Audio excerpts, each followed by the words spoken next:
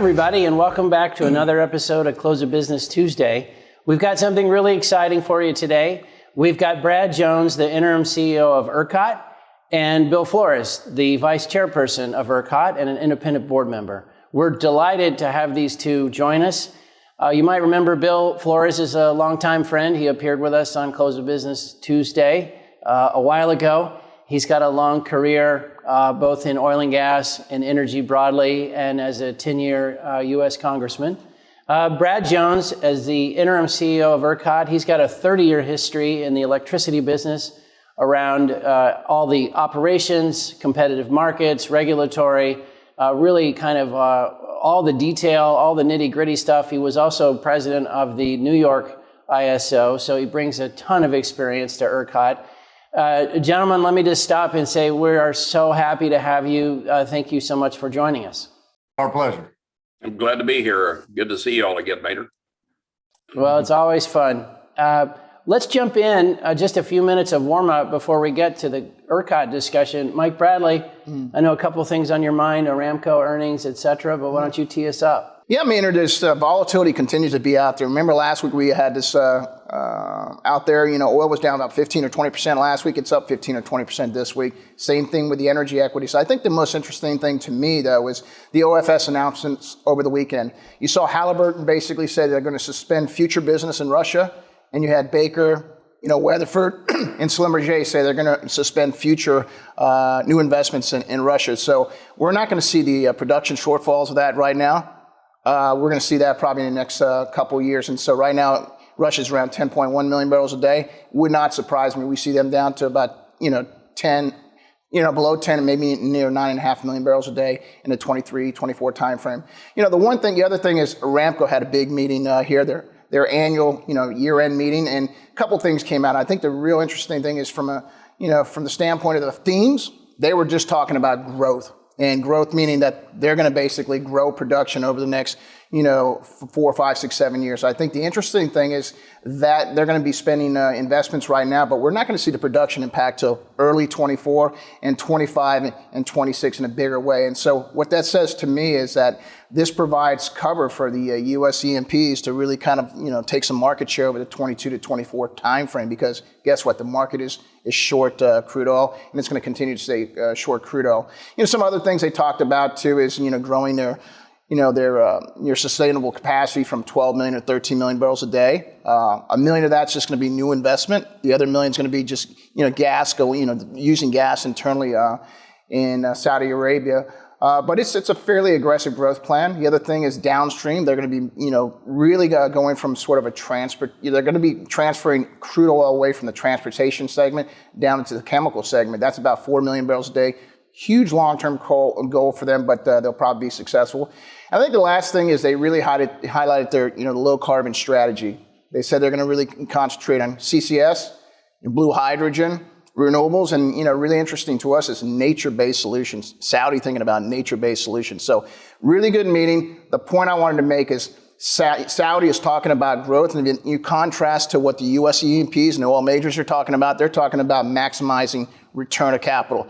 Two different strategies altogether. I think both can work, and we'll see how this plays out over the next 12 months. Awesome. Well, with the Saudis and the stories on the Patriot missiles that we're going to give them, or the Patriot defense system, as well as this thing about the Saudis maybe taking their crude in Chinese, letting the Chinese currency be the currency of choice there. There's just a lot of noise around the Saudis right now. Yeah, and I think them actually out there going and saying we're going to spend money to bring new capacity on. I think that's kind of, that's a message to Washington, D.C. that we're actually trying to do something. It's not going to be here in the next 2, 3, 6, 12 months. It's going to be 3 years out. So, interesting. All right. Well, let's jump to Colin real quick. Colin, what's on your mind this morning? Yeah, thanks, Maynard. We had 2 items come out of Washington this week that we're going to touch on briefly here, and we'll do separate videos when we have more time. The first is the SEC climate disclosure. This is a proposed rule on companies reporting their climate risks. The second is a letter from the chair of the House Energy Committee, Congressman Frank Pallone, Democrat from New Jersey, to a number of energy CEOs on their alleged culpability for gasoline prices. So just a couple thoughts. On the SEC climate disclosure policy. This is just a proposal. It's not an approved rule yet, but be aware that it applies only to registrants. In other words, public companies, not private companies. There's also a safe harbor for smaller companies. And so what's the practical import of this? One, this policy, if adopted, would guarantee double counting because each of the companies reporting would have to go through their scope 3 emissions, and there wouldn't be any kind of netting effect. So you would get double counting. The second issue would be you would guarantee omissions. One, because you're ignoring the private companies. Two, because you're giving this carve out for smaller companies. And so whatever the merits of this proposed policy, and of course there are merits and transparency in these disclosures, there are some issues still to be worked through. And then on the gasoline letter, I would just say on a personal note, I'm from New Jersey. I grew up in New Jersey, and I worked for Congressman Pallone when he was a state senator back in the 1980s. I was an unpaid intern in his office. And I got to tell you, we worked on an environmental campaign, Save Our Shores. He was a very likable, kind, nice boss. And I'm a little bit disappointed to see the tone in this letter because they're just, accusations and allegations that are sheer Washington politics and stuff that's just factually wrong. And so for the audience, I would say, I would hope that better angels will prevail and that despite some of the tone of this letter that went to these CEOs, that perhaps the unexpected outcome on April 6th will be that the truth will be surfaced and perhaps Washington will get an education that it could stand to get. All right, awesome. Well, we'll keep watching all that. And as you said, Colin, be doing some work on it. I want to welcome Todd Scruggs. Todd has been an infrequent guest, and maybe this is your first show, I think, Todd. But Todd's with us. He's in Tulsa. His history is he was at Williams and then WPX and then Devon. But Todd's doing a bunch of things for us. He's our partner in new investment opportunities. And he also has a great history with the power business. So we thought we might ask Todd to kind of tee us up for our ERCOT discussion today. Okay, well, thanks, Maynard, and it's great to talk to everybody. And yeah, like Maynard said, we thought it might be useful just to have a couple of pages sort of introducing and providing some framework to the audience about what's going on in ERCOT and what some of the changes have been and what some of the changes might be. And so we worked with a company called Aurinia to put these slides together. If you don't know Aurinia, they're a data analytics firm that's trying to accelerate the energy transition by helping their clients improve returns. They empower investors with clean data, advanced analytics, and expert advice in renewables, the energy transition, and decarbonization. So they're a great group. Hopefully people will look them up afterwards and check out what they have to offer.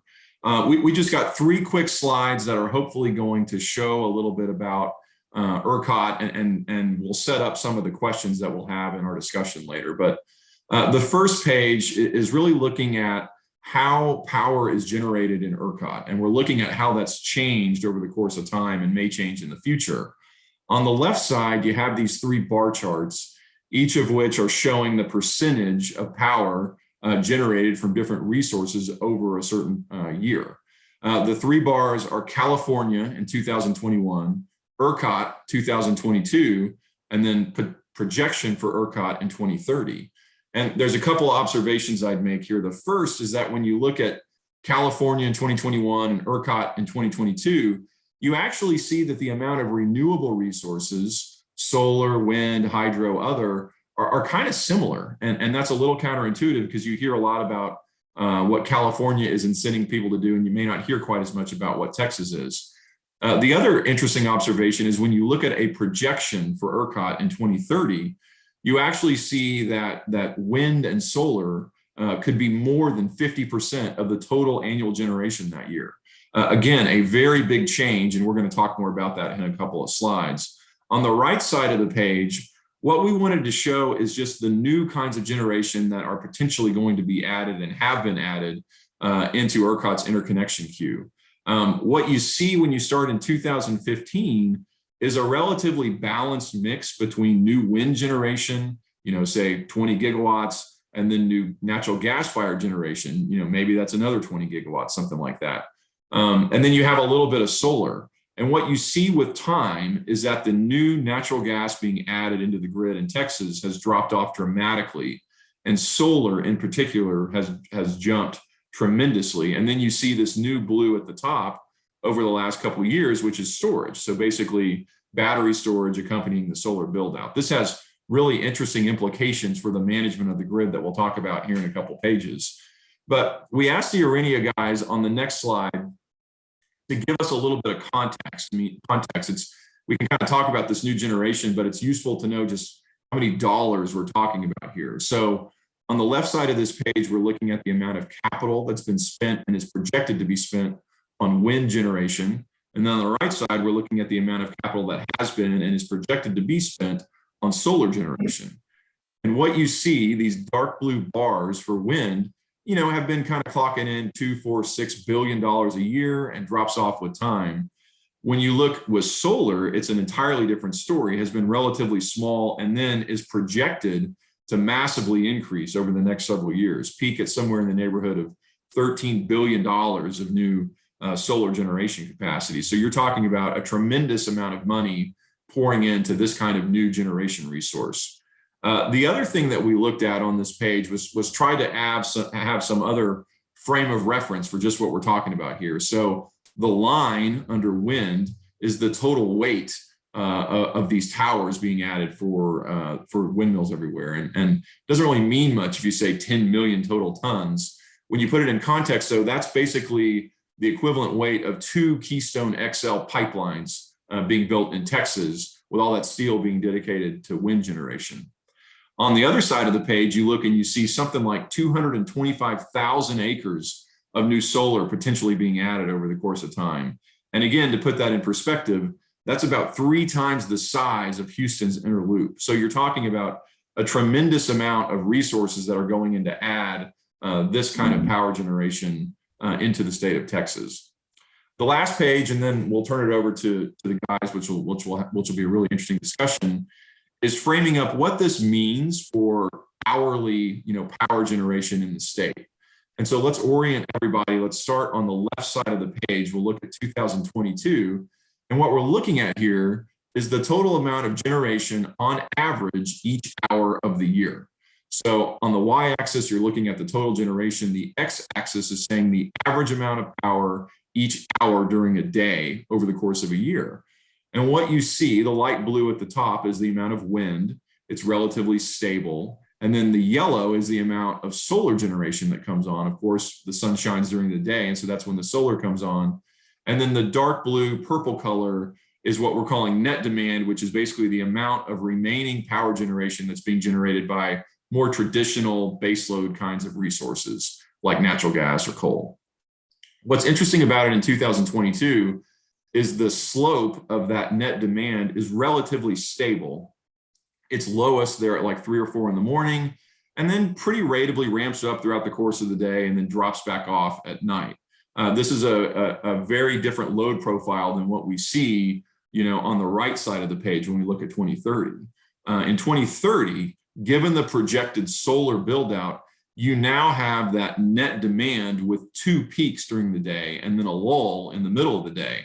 You see batteries start to come in that actually helps shave that peak demand. We're showing this simply because this will be one of the challenges that the ERCOT guys have to think through and manage over the course of time as the generation mix changes. Dispatching the grid and finding the right kind of resources to meet hourly power demand becomes a little different than it might be today, or certainly was 10 years ago, as you introduce all these new kinds of resources into the generation mix. So with that, Maynard, let me turn it back to you. Hopefully that helps provide our audience a little bit of background information as we jump into the discussion with Brad and Bill. Todd, thanks. That was awesome. And thanks again to the Arenia guys for pulling those slides together for us. Brad and Bill, we're delighted to have you. This is it's great fun for us. And I know Brad, you had history with ERCOT. You worked there, been COO, and then last spring came in as the interim CEO. So I think you've seen a lot, and obviously, we don't necessarily want to go through Uri again. That one's been talked about quite a lot, but you have made quite a lot of changes in the past year. And I think that would be a great place to start, is just when you jumped in, what did you see as the problems? What did you want to change right away? Just kind of take us through your year, if you will.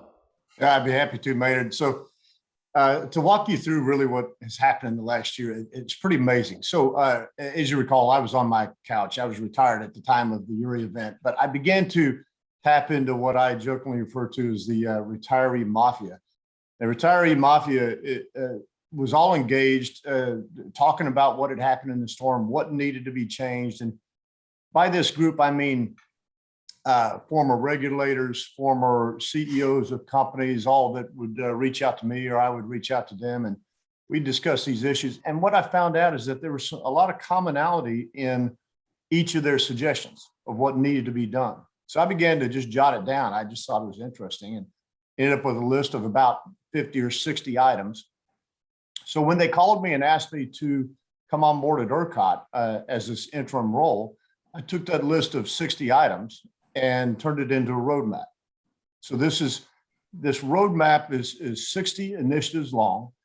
And the advantage I had coming in that was great was not only knowing the people at ERCOT and understanding what their capabilities are and how to get things done, but also understanding where the problem areas are that needed to be addressed. For the last 20 years, we all knew the areas where we had given in favor of low cost, we'd given up some reliability. And those are balances that we always have to make. As you know, we can make this system as reliable as anyone wants it to be, but there's a cost that goes with that. So in those areas where we had given up on reliability in order to gain a little bit more affordability, we began to tick away at those and to see if that was still a good decision, see if we needed to change those decisions. And there are a few places where I felt like it was very important to change. On that list of 60 items includes a firm fuel or on-site fuel type requirement. In case the natural gas system fails, we wanted to make sure generators had alternate fuel sources available to them.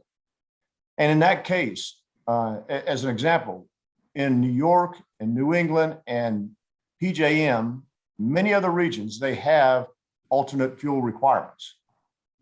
So we began to look at that issue, and the Public Utility Commission joined in on that and really led that effort to drive for an alternate fuel requirement. We're putting that in place now. But let me give you another example. A little bit further away from the storm of Uri is recognition that for the last 20 or so years, we hadn't built enough transmission into the lower Rio Grande Valley. That was an area which just is hard to serve. It's distant from a lot of the major loads in Texas. So it required a lot of transmission to build down there to cover their needs. But we did that this year. Again, the PUC stepped up, they took the lead on that issue, and they've already approved over $1 billion of additional transmission to that area. So that's an example. We've currently completed 53 of the 60 initiatives on the roadmap, which is on our website today. And we keep it up to date and tracked at all times. So you can go take a look at those, but that was really the genesis of what we felt we had to do in this year's time that I was here, and we made great progress.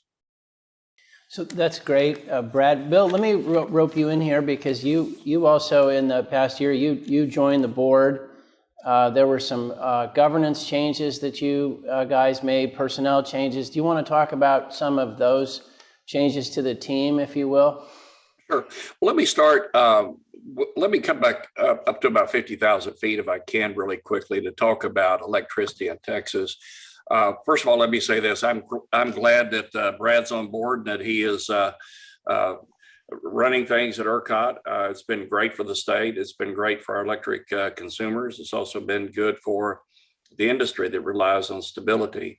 But coming to talk about ERCOT. So we've got the grid, and the grid is owned by the people who do the generation. It's owned by the people that own the transmission. It's owned by the local distribution companies. And so you've got investor-owned utilities, you have municipal utilities, you have co-op-owned utilities, and a variety of other operations. And so that's the grid, if you will. And it's the generation, the transmission, and the distribution of electrons to keep the lights on and to keep our businesses powered.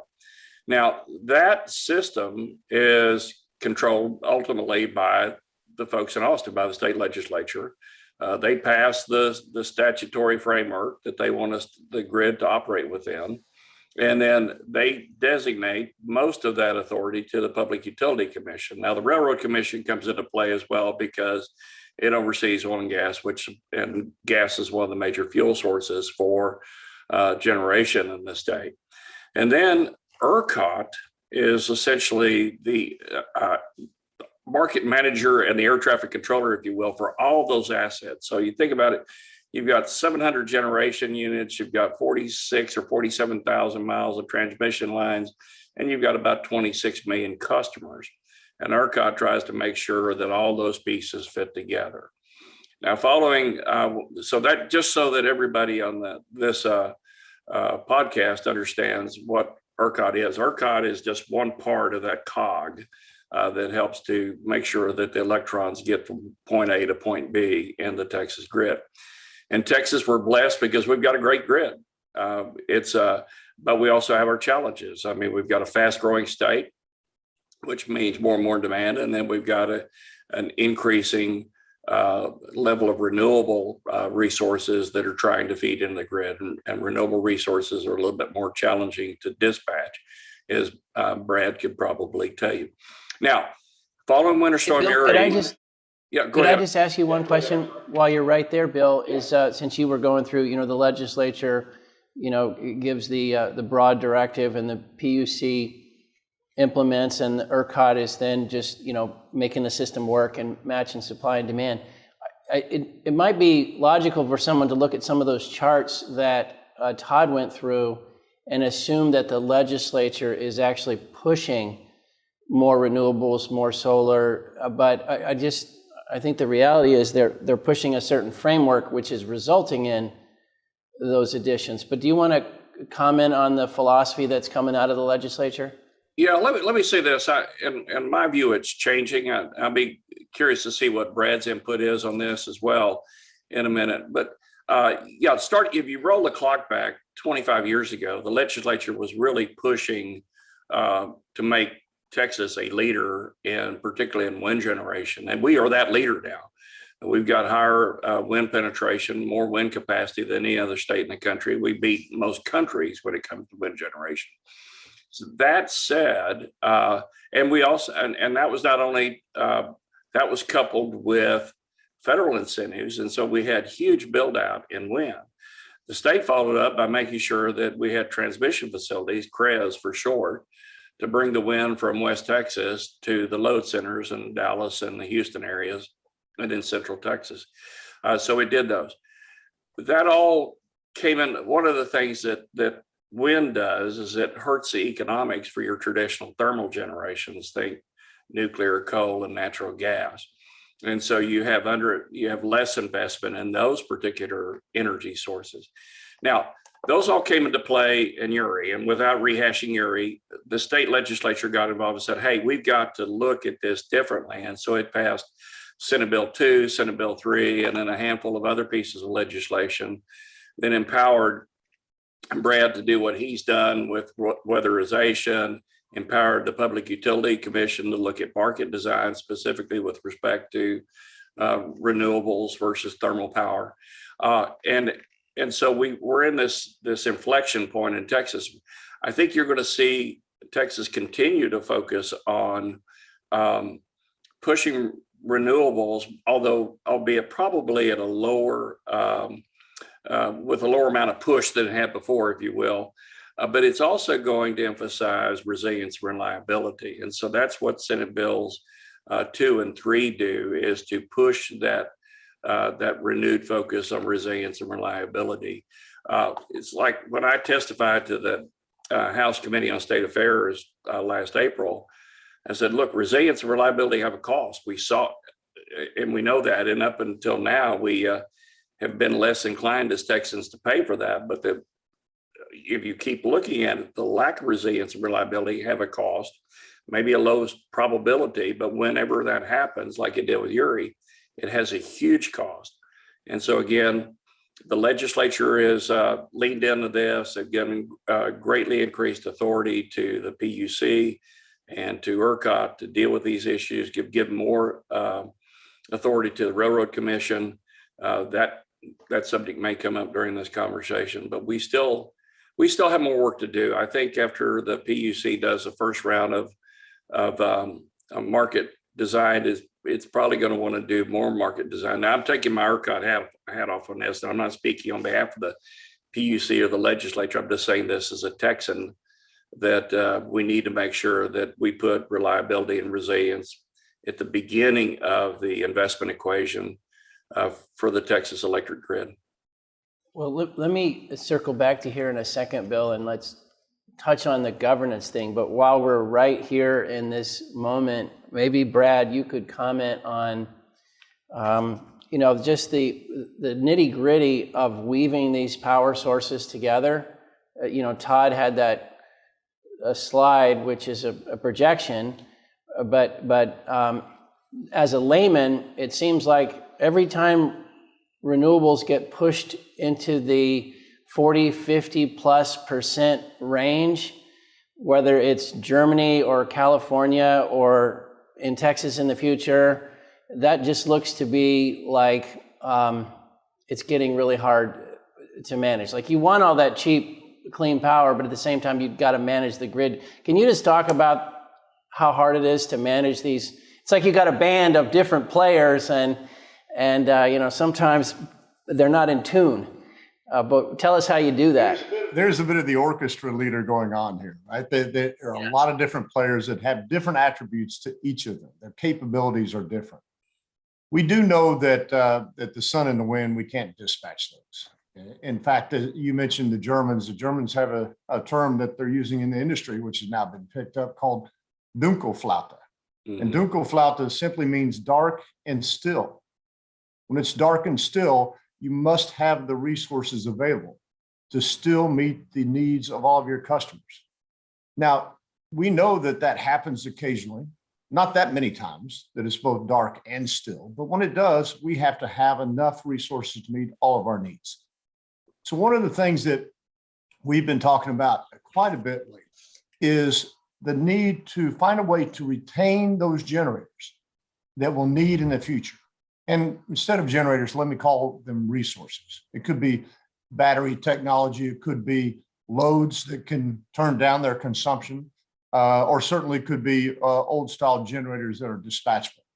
But we have to be able to attract and retain enough of those generators so that we don't get in the way of the development of solar and wind.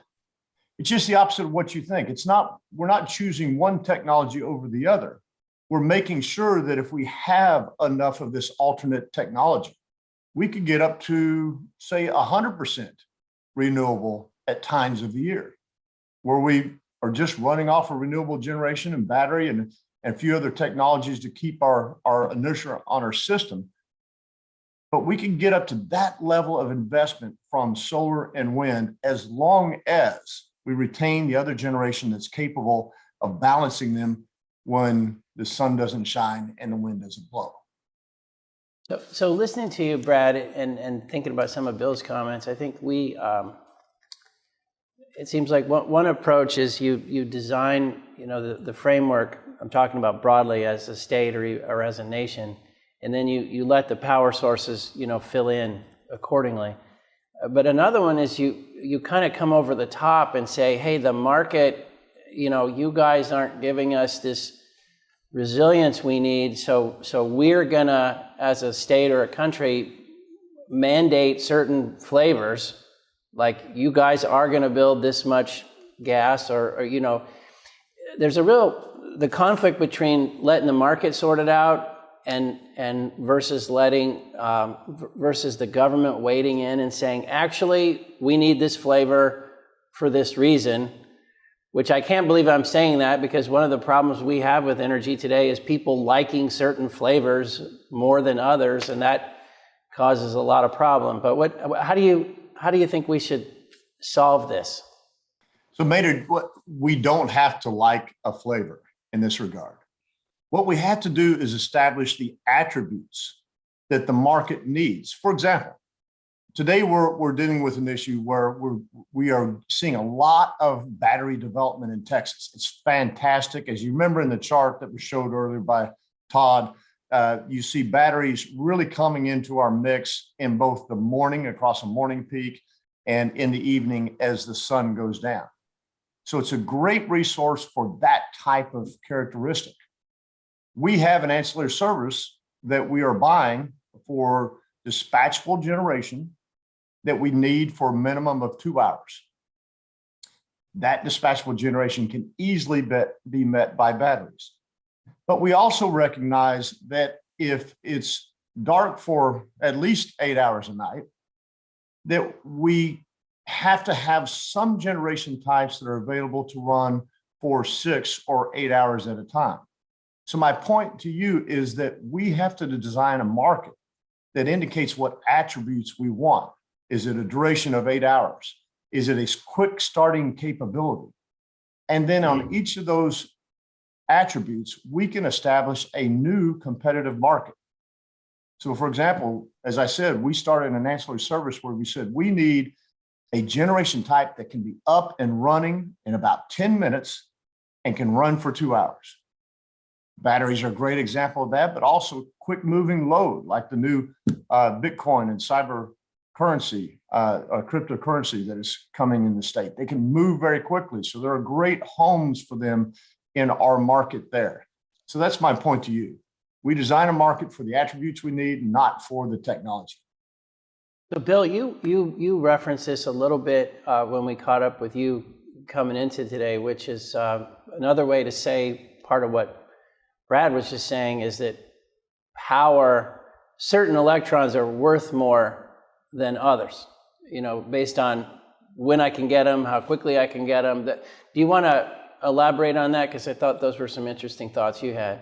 Sure. This dovetails along the lines of what Brad was just talking about, that we don't necessarily want to prefer one flavor over another, but candidly speaking, some electrons have more value than other electrons. Some electrons you can call on immediately and have them available to go to the consumer or the business that needs to keep the lights on. Others are less dispatchable, and so they may have less value, or they have less reliability is not a good word, but they have less ability to call on them when you need. So for instance, electrons coming from batteries may be very valuable, but only for a couple of hours.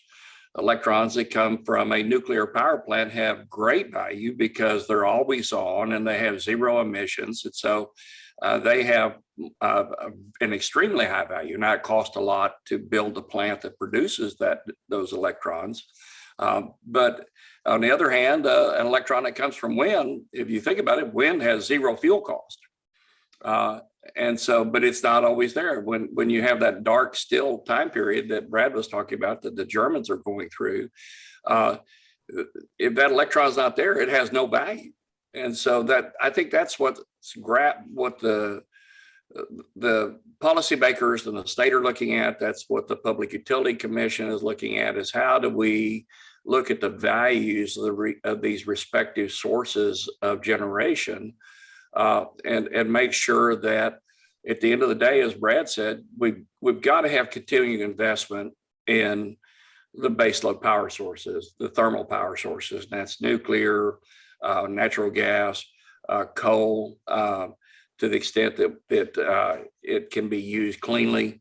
Those are the things we have to do. But I want to echo something Brad said. We do have some exciting things happening in Texas. I mean, this whole crypto mining business to me is very fascinating, because now Texas is the place where those folks want to come. I was at an investor conference in Southern California last week, and I had a panel of crypto miners. Every one of them said Texas is the place to be. And part of it is because of the work that Brad does running ERCOT, because we have a very flexible grid, a grid that is uniquely suited to be able to provide power.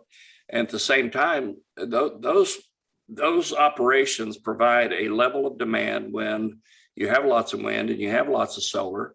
And so they're sucking up those cheap electrons to help provide stability for the grid. But at the same time, if you get in a situation where you have less wind and less solar, you can tell them in the shed and they can be offline in minutes. And that provides stability for the rest of the grid.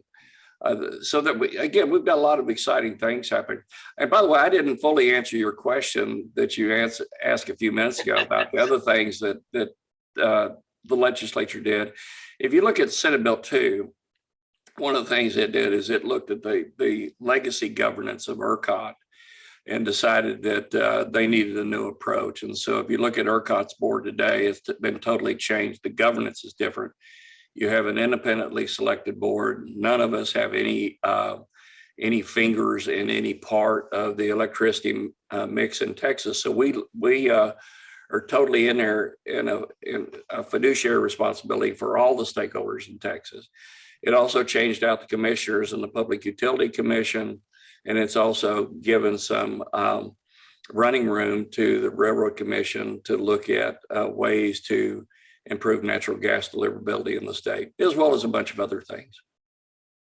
So Brad, and then I'll throw it to Todd because I know he's got some questions, but the retired mafia that you were referencing, that sounds like an interesting group that we could all use some more time from.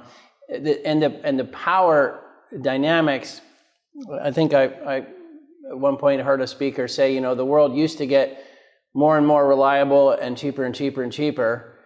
And now maybe we've entered a period of where we're, as a nation, we're worried about reliability and we're worried about costs going up. How do you and the rest of the retired mafia think about the next 10 years in power?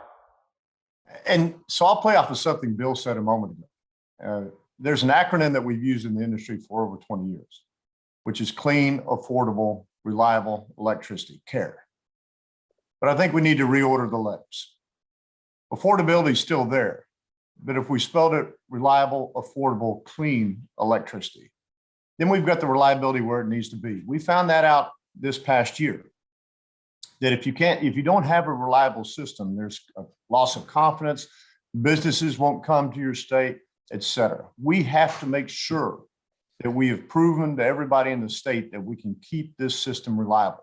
And in order to do that, you have to pull a little bit away from affordability. That affordability will still be there. It's not lost in that acronym. We are still focused on that. That clean piece of the acronym, it will still be there. That has not been lost. But as I said earlier, we have to make sure that we are maintaining and retaining that type of generation, that type of asset that can be online whenever the wind and solar aren't operating. We want both. We want to achieve both in this market, but we want to keep reliability up front. I think Brad, that's a fascinating comment because in a way, the whole world, the mindset is going a little bit from care to race, if I heard you correctly, where we're putting that reliability / security, we're just moving it up in the batting order because we see all the problems if you don't have that taken care of. That's exactly right. You mentioned Germany earlier. You mentioned some other areas that have struggled with that issue. That issue of high penetration of renewables can be managed. You just have to keep reliability up front. We certainly don't want to do it the way Germany's done it, or Australia, or California. There are lots of examples of ways to not do that. And so Texas needs to continue to lead in being able to integrate vast amounts of renewable power, but also keep that reliability at the forefront. Well, guys, this is super interesting. One thing that you mentioned earlier, Bill, and Brad, you did as well, and I've been kind of curious about, is you talked about all the different disparate, participants in the overall power marketplace. You've got companies that are owned by different kinds of entities. You've got consumers. You've got different kinds of load. One of the things that I've always been curious about is when you are adding resources like power or wind, you're never generally adding those resources where the load is. How do y'all, manage sort of the transmission requirements and adding transmission in concert with adding load? Clearly, you're not going to add 3 times the size of the Houston inner loop of solar right next to Houston. What's that process look like, and how should we think about how big those challenges are relative to the challenges of just kind of meeting that hourly load profile that we talked about earlier. Bill, I'll jump in on this and then please help me out where you want to add in. On the transmission planning side, as you can imagine, the grid moves slow. The grid is not quick. It's not nearly as quick as the type of resources or even the type of loads that are coming on. We mentioned cryptocurrency earlier. They're coming on in extraordinary ways in great size. Solar is coming on very quickly, as you saw in some of your charts. So the grid doesn't respond as quickly as that. We have to be looking out 10 years into the future and planning our system for what we think will happen, and then adjusting those plans as we move forward for what actually does happen. As an example, we talked earlier about the lower Rio Grande Valley, which is not only meeting extraordinary load growth down there, but that new transmission that's been proposed and been approved now also allows for more wind generation to be produced out of that region. That change takes another 6 to 7 years to put something like that in place. It just takes a while. All of the approvals, we want to make sure that all the landowners are taken care of. They have the opportunity to engage in the process. And then we go through the construction phase and the interconnection. It's 4 to 6 years typically for transmission.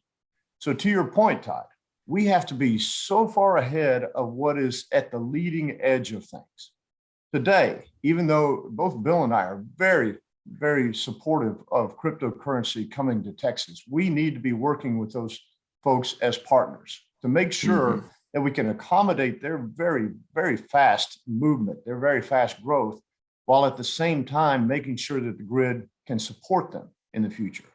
So that's the type of challenges that we face. Yeah, it's interesting thinking about matching the timing of this construction cycle that we saw for the generation resources versus the construction cycle on transmission.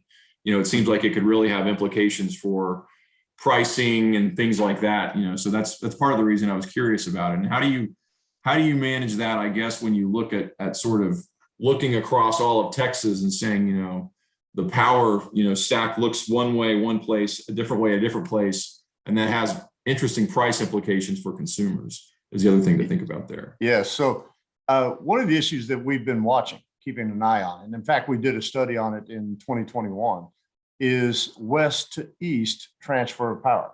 Yeah. We've got both fantastic renewable resources out west. Much of our wind generation is out on the western side and the panhandle side of our state, as well as most of today's solar is out there. So we've been looking at transmission additions that could be built from west to east. But what's interesting is how the market moves faster. You already mentioned the timeline is different. And solar, which really takes about a 2-year development cycle, the same for wind, about a 2-year development cycle. Solar has moved east. Most solar now is planned to be built to the right side of I-35, that corridor. And so you'll find them to the north of Houston, you'll find them to the east of Dallas. And it's extraordinary that most of the build is coming in on that side. And that's really a recognition that that transmission limitation has kind of tapped out the current resources in the West until more transmission can be built. Yeah, interesting. Guys, one question while I'm thinking about it. I think in all these discussions, really, honestly, globally, but it's certainly in the U.S., it keeps coming up how hard it is to build stuff, how hard it is to get something done, actually permit it, regardless of what the flavor is. Like Brad, you'd mentioned those transmission lines down to the Rio Grande Valley. Are we going to be able to keep pace and actually get stuff built and get this infrastructure in place? Or are you guys worried about delays that infrastructure typically hits? So in Texas, we have a completely different business environment than anywhere else in the country. And I believe that is a significant contributor, Maynard, to why the folks from cyber currency want to come to Texas. It's a driver for why solar and wind want to come to Texas. I'll give you an example of a story. Back before I came on at ERCOT, I was sitting with a group of solar developers. and they were talking about, it was one company, and they were talking about where they were developing. And as you can imagine, the development lead was talking to his boss. And he said, I've got projects in Iowa, I've got projects in Indiana, I've got projects in Kansas, I've got projects in Texas, and I need more people. I cannot do all of this. And his boss said the most incredible thing. He said, you're not getting any more people. Cancel everything except for Texas. That's the mindset. They recognize that Texas is the place to be. It's easy to do business here. It's easy to build on facilities. There are low hurdles to actually building a solar plant. There are low hurdles, although they're higher, there are still low hurdles for building transmission. So I believe that we'll continue to see the type of growth in this country, the type of business growth, and the type of population growth, because people are coming here for those advantages. Companies want to be here. They bring their employees, will continue to grow. Maynard, just to give you an example, we're growing in Texas at a rate of about 2% a year in load growth. That is an extraordinary number. You have no idea, hardly any industrialized nation or state has that type of load growth. It's phenomenal. And it's because of those things that allow businesses to operate here as smoothly as they can. And to add to what Brad says, the good thing is we have a legislature and policymakers and a governor and a PUC that lean in on this and try to come up with ways to make sure that the market adapts to the growth and demand and the growth in new connections, but also is able to adapt to the challenges that bring renewables on board add. And I think that's one of the reasons our policymakers have embraced the crypto mining business, because it adds it's a unique load that adds to the grid that, believe it or not, helps stabilize the grid. Now, you've got some folks in the environmental community that don't like crypto because they think it uses what they think is so-called dirty generation, which it doesn't. It really uses cheap power, which comes typically from your solar and wind and your renewables, and maybe with some battery in there at the same time. So crypto's been a net addition. The state's embraced it. The legislature, I think, has really leaned in on this pretty well. Todd, to go back to something you were talking about, when we had a preview of this call yesterday, you had a slide that showed electric pricing in West Texas versus down in Houston because of the imbalance of load and or demand and supply. And that's really the same thing. As Maynard knows, I came from the oil and gas business. We had the same thing in oil and gas. We had an abundance of supply in the Permian. We had an abundance of load down along the Gulf Coast, and we didn't have enough pipes in the middle. And so that's the same thing that ERCOT's trying to deal with right now, is how do you make sure you've got the transmission from the resources to where the load is. And I think ERCOT's doing a good job. I think the PUC is doing a good job, and I think the legislature is doing a good job and help making sure that Texas is a leader in all these areas. Picking up on that point, Brad, one of the R's hiding behind reliability is redundancy. And in those charts on capacity and even on dispatch, the idea of capacity utilization is a slightly different concept. How do you think about redundancy requirements to keep reliability? So when I talked about a moment ago that our redundancy, we need to have that type of generation, that type of dispatchable generation that is available to us whenever we get into that dark and still moment. So there is a redundancy in that. We have to have generation that may not operate for many hours a year, but we have to make sure that they're available to us.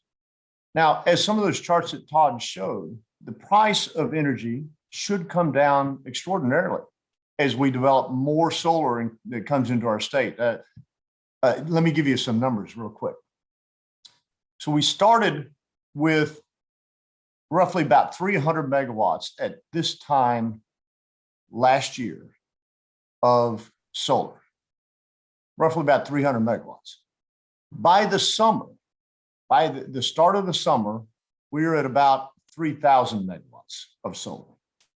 By the end of the summer, we were at 9,000 megawatts of solar. That today, right now, we're somewhere around 12,000 megawatts of solar. So you can see that growth is extraordinary. And we believe in the next couple of years, we'll be easily at 20,000 megawatts of solar. So as the solar grows, we have to make sure that, well, first of all, the solar is going to drop the price of power during the middle of the day. You can imagine all the air conditioners on a hot Texas day, that solar is producing at its maximal output. So it's going to lower the overall price of power. But the balance is we have to also find ways to pay for that redundant generation to be on the sideline. That generation probably used to be operating in the middle of the summer. Now it's not going to operate as much. It'll be on the sideline, but we still need that generation to be available to us when it gets dark and still. But stepping away from generation, which that's a key piece of this puzzle. But also we need to look at transmission.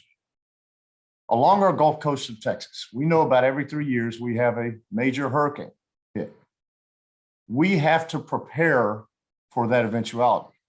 Our current planning process for transmission in the state treats the Gulf Coast just like every other region of Texas. But there's a resilience element that we're not factoring in that I believe we're going to need to. And we've been talking to the commission about adding a resilience planning criteria, which would mean that we should have a little more redundancy along the Gulf Coast, because we know those transmission lines are taken out often when a hurricane comes on shore. We should have additional transmission to make sure that all customers continue to receive power. That's another area of redundancy we can't overlook. Yeah, I mean, it's a well-taken point. We've talked before on this program about the remarkable circumstance last summer of coal being called in. And the reason I emphasize capacity utilization is I personally talked to gas midstream companies who were astonished that coal was called at all.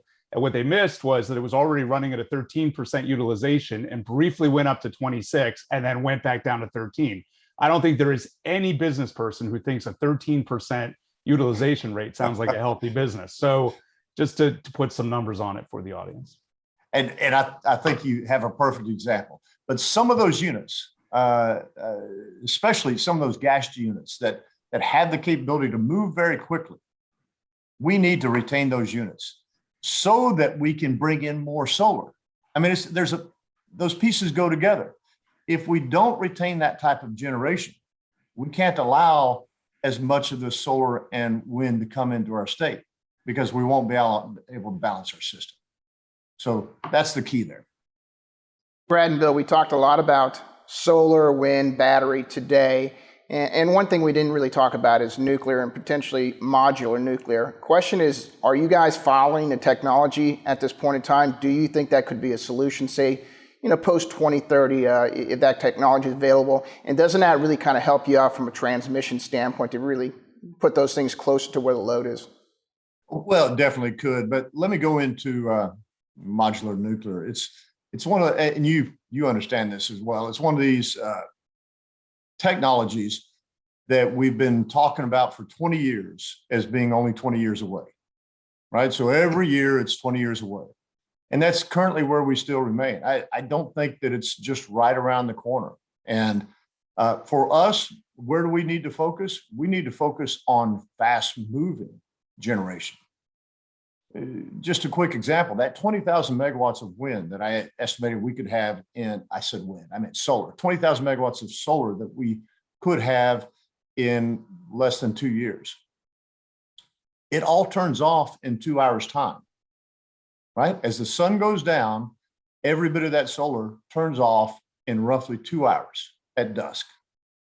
We have to have a significant amount of very flexible generation that can move up that line. Part of it's in batteries, right? Part of it will be taken up by batteries that are responding. But you remember, a battery only has a charge of 1 to 2 hours, meaning there has to be something that replaces it very quickly. That's the type of generation that we're looking for. And nuclear is not the type of generation that really modulates or is dispatchable, at least not the type of nuclear we currently have in our system.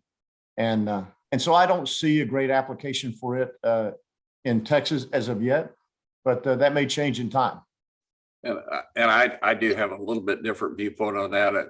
First of all, I respect Brad because he's been in the business way, way longer than I have, and he understands the unique characteristics of each generation source. But that said, when I look at nuclear conceptually, it has the highest value generation source because it is always on, it's baseload power, which speaks to one of the challenges that Brad talked about, and it's can you throttle it up or down?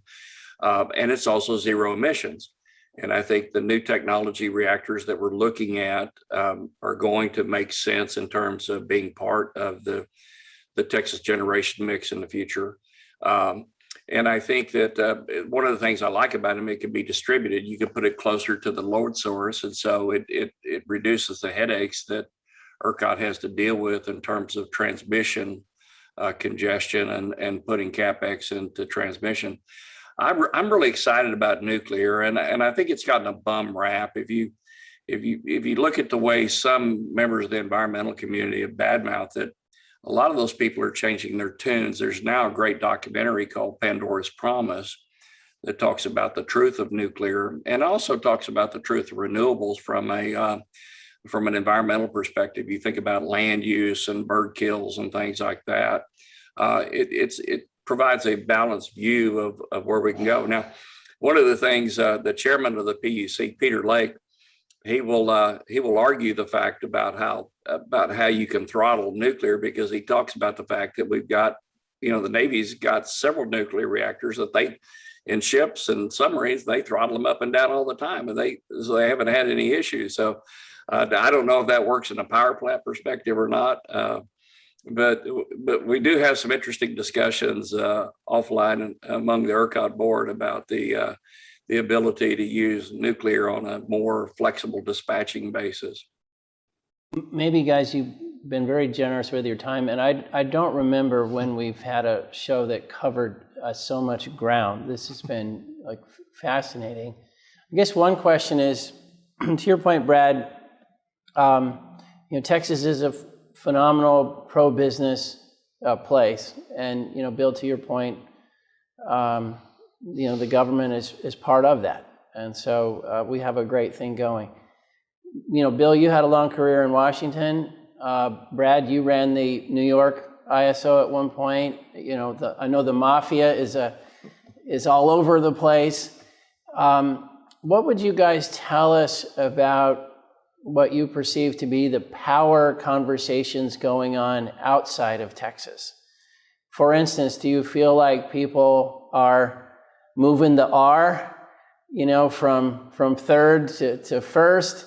Do you think they're opening their minds to nuclear? Do you think the conversation is kind of generally going in a better direction? Or what would you tell us about the rest of the world, if you will, in terms of the power conversation over what might happen in the next decade?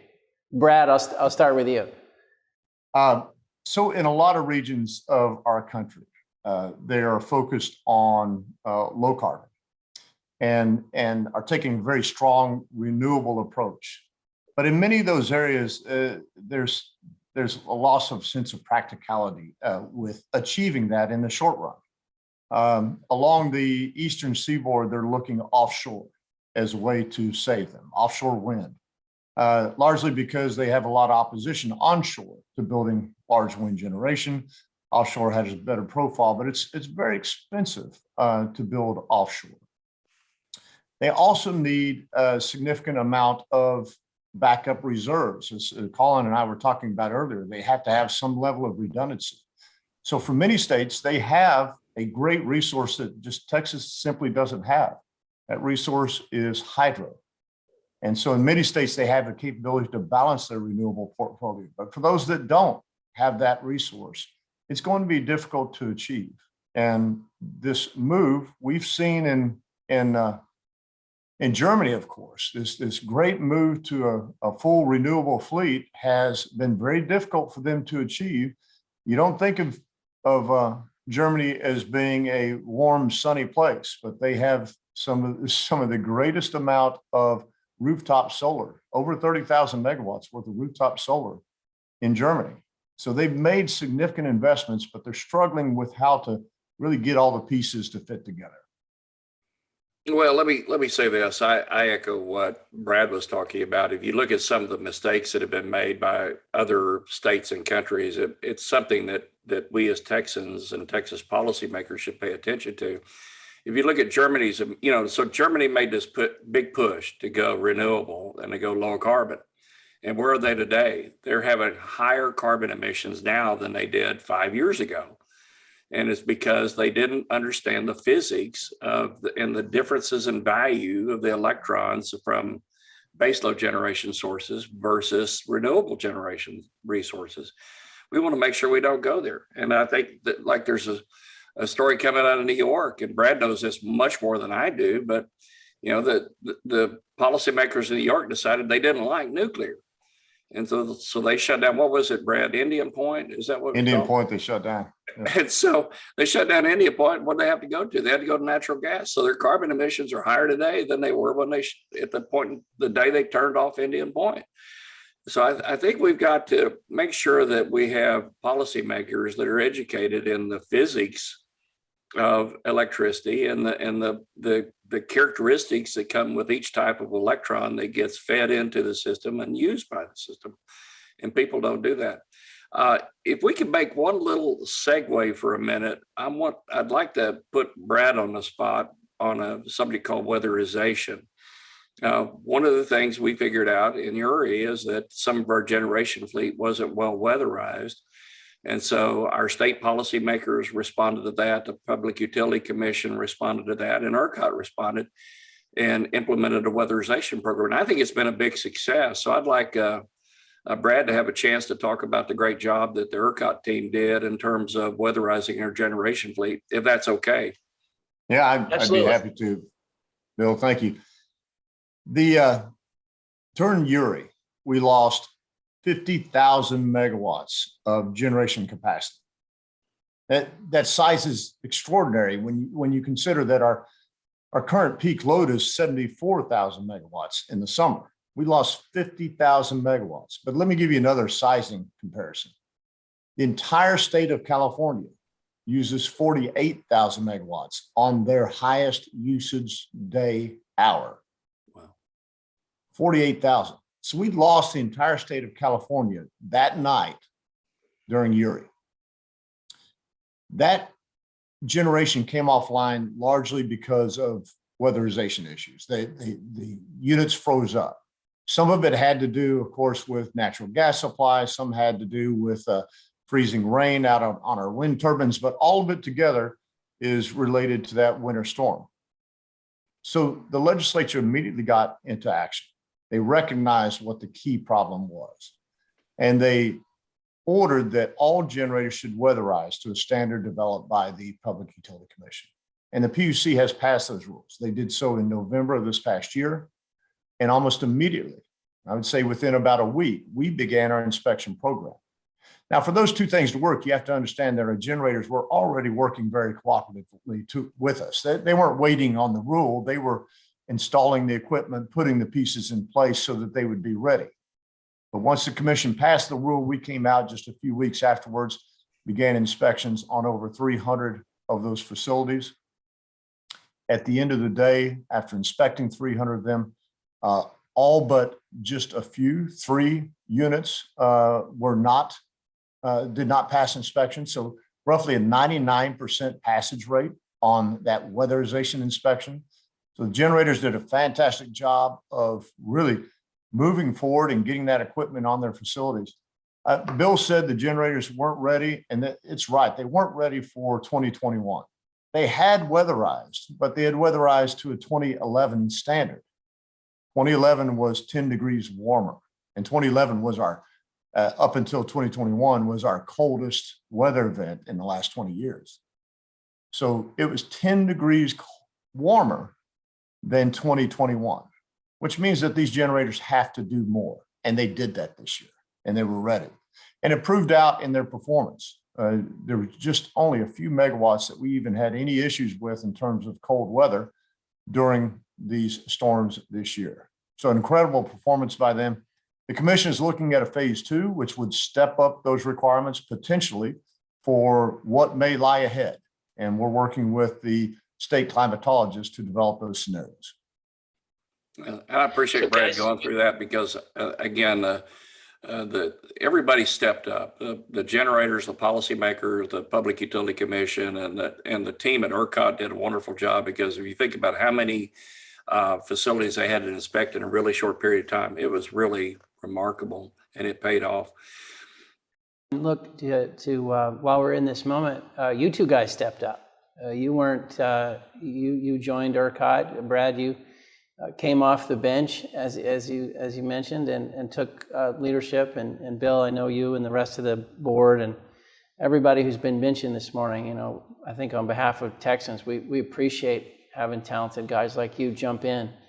Let me just ask one final question. It's hard to let you guys go, but you know, one of the things we're always doing here is asking what does the energy world look like in 10 years?